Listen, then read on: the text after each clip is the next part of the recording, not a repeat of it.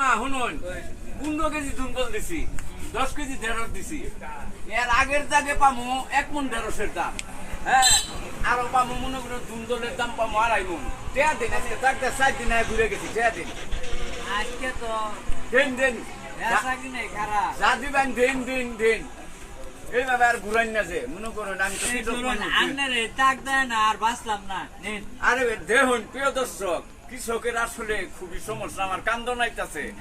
এই যে পড়ায় 2700 টাকার মতন মাল দিছি সার্ভিস কিনন নাগে কীটনাশক কিনন নাগে এগুলি তো টাকা পয়সা নাগে কিনতে এই বেটারে 2700 টাকার মাল দিছি আইসে 4 দিন তাক দেয়াইলাম 200 টাকা দিতেছে 200 টাকা আনে ফিরাই নেন গে আরে মাল নিছে টাকা কি করুন ব্যবসা কম আন্নার মাল তো মনে করছে মাল তো বেচে আসছো নিজে আন্নার সয়ে দেখা যাবে হ্যাঁ বেচারে টাকা কি মানুষের মাংনা দিয়ে দিছো আন্নার যা মাল দিচ্ছেন তো বেঁচে আসা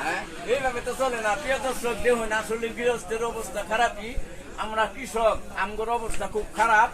এইভাবে দোকানদারেরা মাল নিয়ে টাকা দেয় না এই যে 5 দোকানে মাল দিছি এই বেটার কাছে 2700 200 টাকা দিল 200 টাকা আজকে নিয়ে যাওয়ার না গেগা সবাই ধন্যবাদ আসসালামু আলাইকুম।